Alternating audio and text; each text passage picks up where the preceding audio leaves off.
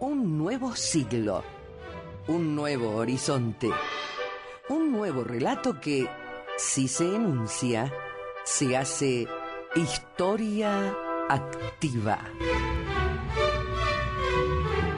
Muy buenas tardes, iniciamos otra edición de Historia Activa y como todos los días hábiles y feriados les decimos, clave la sintonía en 960 en nuestra amplitud modulada. Historia Activa, un programa hecho por historiadores para usted, con la producción general de Rosa Grintal, del historiador asociado Alejandro Cruz, en la investigación bibliográfica Clara María Vargas, y quien les habla en la dirección general, José Luis y Orlando. Los invitamos a escuchar este programa de historia dedicado a usted, y por qué no así decirlo, la operación técnica de María del Carmen Jurisic, porque sin ella no salimos al aire, ¿eh? Así que buenas tardes. Buenas tardes, Alejandro. Buenas tardes, José Luis, y buenas tardes a toda nuestra querida audiencia de Historia Activa. Se pueden comunicar a través del teléfono 423-3822 o nos dejan un mensaje grabado al 425-7931 o nos mandan un mensaje de texto al celular que tenemos acá cerca, al lado de José Luis, cuyo número es 156-515-522. También nos pueden escribir a historia-activa@yahoo.com.ar. Nos leen en www.netlog.com/historiaactiva. También nos pueden escuchar online a través de www.radionacional.com.ar en la etiqueta emisora y después van a la etiqueta LRA6 Radio Nacional Mendoza. O nos solicitan amistad en nuestra página de Facebook, donde ya somos 114 amigos en esta pequeña comunidad histórica que hemos formado ahí. Y desde ya muchas gracias a todos los que comentan, a todos los que nos sugieren temas, por ejemplo, a nuestra querida Nora Fernández, que siempre está comentando, que nos agradeció por el programa de ayer, que estuvo dedicado en cierta forma a la mujer, a la revolución cultural del abandono del corset. Y hay otra de nuestras amigas que nos saludó, Karina Molina Samito. Muchas gracias a ellas dos por haber comentado ayer la foto de Louise Brooks, que fue el icono de las flappers. Y vos sabés que este uso de corsé en las mujeres provocó, vamos a decir, en relación a nuestra generación, ¿no? El uso de corsé a nosotros llega a través de nuestras bisabuelas, ¿sí? Mi bisabuela usaba corsé y la tuya también. Así es. Esto provocó después, médicamente se comprobó, ¿sí?, muchos problemas de columna. Claro. En los chicos, porque estaban embarazadas o a veces no teníamos, es decir, se conocían los medios naturales, por supuesto, del embarazo, pero no se conocían como hoy. Es decir, hoy está muy hasta tecnologizado todo esto, sí, con las ecografías, etcétera. Sin embargo, fíjate vos que seguían usando corsé estando embarazadas, y esto provocó muchas anomalías en la columna vertebral, ¿sí?, de la cual nosotros también venimos de esa, llamémosle, de esa formación, tal vez entre comillas, genética. Y es un gran avance también médico. Claro. Esto es muy interesante tenerlo en cuenta dentro de ese proceso de liberación. Hay un tema también muy trascendente, que es que esa época del corset también era un corset, como lo dijimos ayer, para la mentalidad de las mujeres. Y no por nada surge en esos años el psicoanálisis.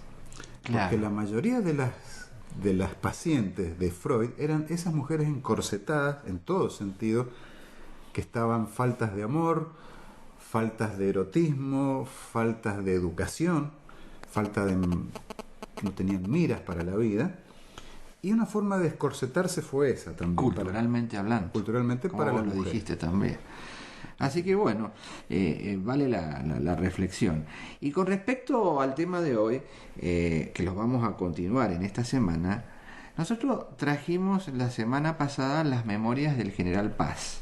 Inclusive hasta el lunes tuvimos una instancia más de las memorias del General Paz. El género de memorias es biográfico, es como vos dijiste, de estos grandes guerreros que escriben no solamente sus hazañas, sino sus avatares en las batallas y o en las guerras, ¿no? Es el género prosopográfico, que tiene mucha validez a la hora de la reconstrucción de ciertos determinados eventos históricos. Esto es historiografía pura. Para el que no sepa qué es historiografía, siempre lo aclaramos, es la historia de las corrientes históricas, ¿sí? De los pensamientos de los historiadores. Y desde esta óptica, desde el foco que nosotros miramos, ¿sí? También tenemos una visión historiográfica al respecto, porque le damos mucha utilidad al género prosopográfico, que es muy importante. Por ejemplo, nosotros dijimos del general Paz, que si el general Paz no menciona ni al general Belgrano en sus avatares, tanto en los triunfos como en la derrota, se nos habría perdido un poco ese Belgrano en esos trayectos de su vida. Si no menciona al famoso Marqués de Llaví, tampoco aparecería en la historia, ¿no es cierto? Y en esta ocasión nosotros hemos querido como equipo traer las memorias de otro grande, también olvidado, por ahí citado, que es el general Tomás de Iriarte, ¿verdad? Así es. Bueno, la memoria como género literario es básicamente, intrínsecamente subjetivo, ¿sí? Porque estamos hablando de las opiniones y de las vivencias de un sujeto, de una persona. Con respecto a actores colectivos. Actores colectivos y con respecto a sus propias actitudes frente a determinados hechos. En el caso de José María Paz, si bien también lleva incluidas estas características de género, Paz es más sobrio a la hora de detallar hechos históricos y a la hora de referirse a personajes que fueron contemporáneos a su vida y con los cuales tuvo un protagonismo en los días de su época como soldado. Tomás de Iriarte es más, vamos a decirlo, es más criticón.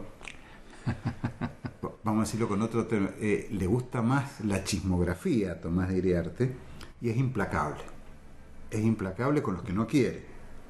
Por ejemplo, su principal víctima en sus memorias es el general Carlos María de Alvear, con quien tuvo mucha intimidad porque viajó con él a Estados Unidos como ayudante del embajador, que era Alvear. Así que es antológico también en la forma de describir las cosas. Paz se cuida más, es más parco en cuanto a las cuestiones personales. Por ejemplo, Iriarte no tiene empacho en decir que a él lo agarraron las vinchucas, por ejemplo. En esos... a ver cómo decir, en esas cuevas donde iban a descansar los militares, supuestamente que estaban en forma muy precaria, muy sucia. Esas barracas también. En las barracas. Dice, por ejemplo, en Suipacha no se podía vivir a causa de las vinchucas, dice Tomás de Iriarte. Y amanecí con todo el cuerpo empedrado de grandes ronchas. No tiene problema en escribir eso, que Paz no lo hubiera escrito. Dice, por ejemplo, en las casas de Madame Constanza Cortés, ya con el nombre de la Madame Constanza Cortés, donde iban a parar los soldados para tener alegrías. Ya no está diciendo otras cosas. Claro, dice ahí, dice Iriarte, donde deambulan chilenitas y se juega fuerte.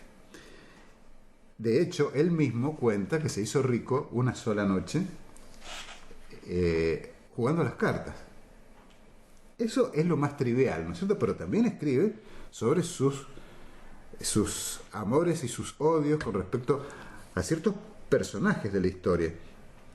Y por ejemplo, él nace en 1794 en Buenos Aires y muere en Buenos Aires en 1876. Ya en 1835 empieza a escribir sus memorias, y apurado, porque se sabe un hombre grande, con 41 años, claro. La expectativa de vida. Claro, dice, en cualquier momento me muero. Entonces, de 1835 a 1847, exilios de por medio, traslados de por medio, él iba con sus carillas. Escuchen esto, 22.000 carillas de memoria que fueron publicadas en 8 tomos. Hay que leerlas, ¿eh? Claro, iba a cuestas, digamos, valga la redundancia, yo me imagino, ¿no es cierto?, con un carruaje tirado por bueyes y con sus memorias. Y con sus memorias, antes que con su ropa. Claro. Antes con su ropa y con sus bienes. Claro. Y con sus memorias, porque él las tenía... Sus papeles. Sus papeles, las tenía en gran aprecio y bueno, por suerte, existen. Y esas 22.000 carillas están hoy en día en el Archivo General de la Nación, algunas de ellas mecanografiadas. Ya mecanografiadas. Otras de puño y letra del general Iriarte. La primera gran edición fue en el año 1946, por la Sociedad Impresora Americana. Esa fue la editorial que se tomó el trabajo de editar 8 tomos de memorias del general Iriarte. Si bien, por decirlo así, no deja títere con cabeza en cuanto a sus superiores, a los únicos que respeta, pero de pe a pa, son 2, San Martín y Belgrano. Para él son sagrados estos generales, estos superiores de él. A pesar de que alguna interpretación hizo de Belgrano, donde dice, cuando lo conoció en el consulado, dice que tenía porte y hábitos afeminados, diametralmente opuestos a los de un soldado, dice. Y después se corrige. Estos modales cambiaron mucho cuando pasó de la molicie a la austeridad de la vida de soldado. Claro. Esto también ha dado párvulo a miles de interpretaciones. Sí, que llegan hasta hoy. Y que incluso se relacionan con la iconografía que hay de él. Claro, y están en el inconsciente colectivo en algunas partes, porque lo primero que te preguntan. De que si Belgrano era afeminado, o concretamente si era gay. ¿Sí? Esto a causa de esta interpretación. Claro, ahí está la fuente. Claro, pero se lee primero esta, que dice que es afeminado, y no se lee la segunda, cuando dice, cuando se convirtió en un soldado austero. ¿Qué clase de general era Belgrano? Era un general respetado por sus soldados. Por ejemplo, Iriarte, que era un oficial a sus órdenes. Así que, bueno, hay muchas cosas para hablar. Vamos a continuar mañana, por supuesto, pero Iriarte es más picante. Es mucho más picante que José María Paz en el tratamiento que da a los demás. Y su víctima favorita es Carlos María de Alvear. Y tenía motivos. Yo creo que tenía sus motivos. No nos vamos a poner en esta posición de Iriarte, pero tenía. Porque, recordemos, Iriarte descolló en la batalla de Ituzaingó. Claro. Quien era el jefe de las tropas argentinas, Carlos María de Alvear. Entonces, lo acompaña en muchas partes. Primero como oficial subalterno en Ituzaingó. Y después como ayudante, como embajador. Así que el hombre... es su juicio particular, pero lo conocemos. Hemos llegado al final de Historia Activa. Vamos a continuar con el tema mañana y pasado mañana quizás con la memoria de Iriarte. Bueno, sigue el boletín informativo y luego no se pierdan el patio trasero. Hasta mañana. Hasta mañana. Historia Activa.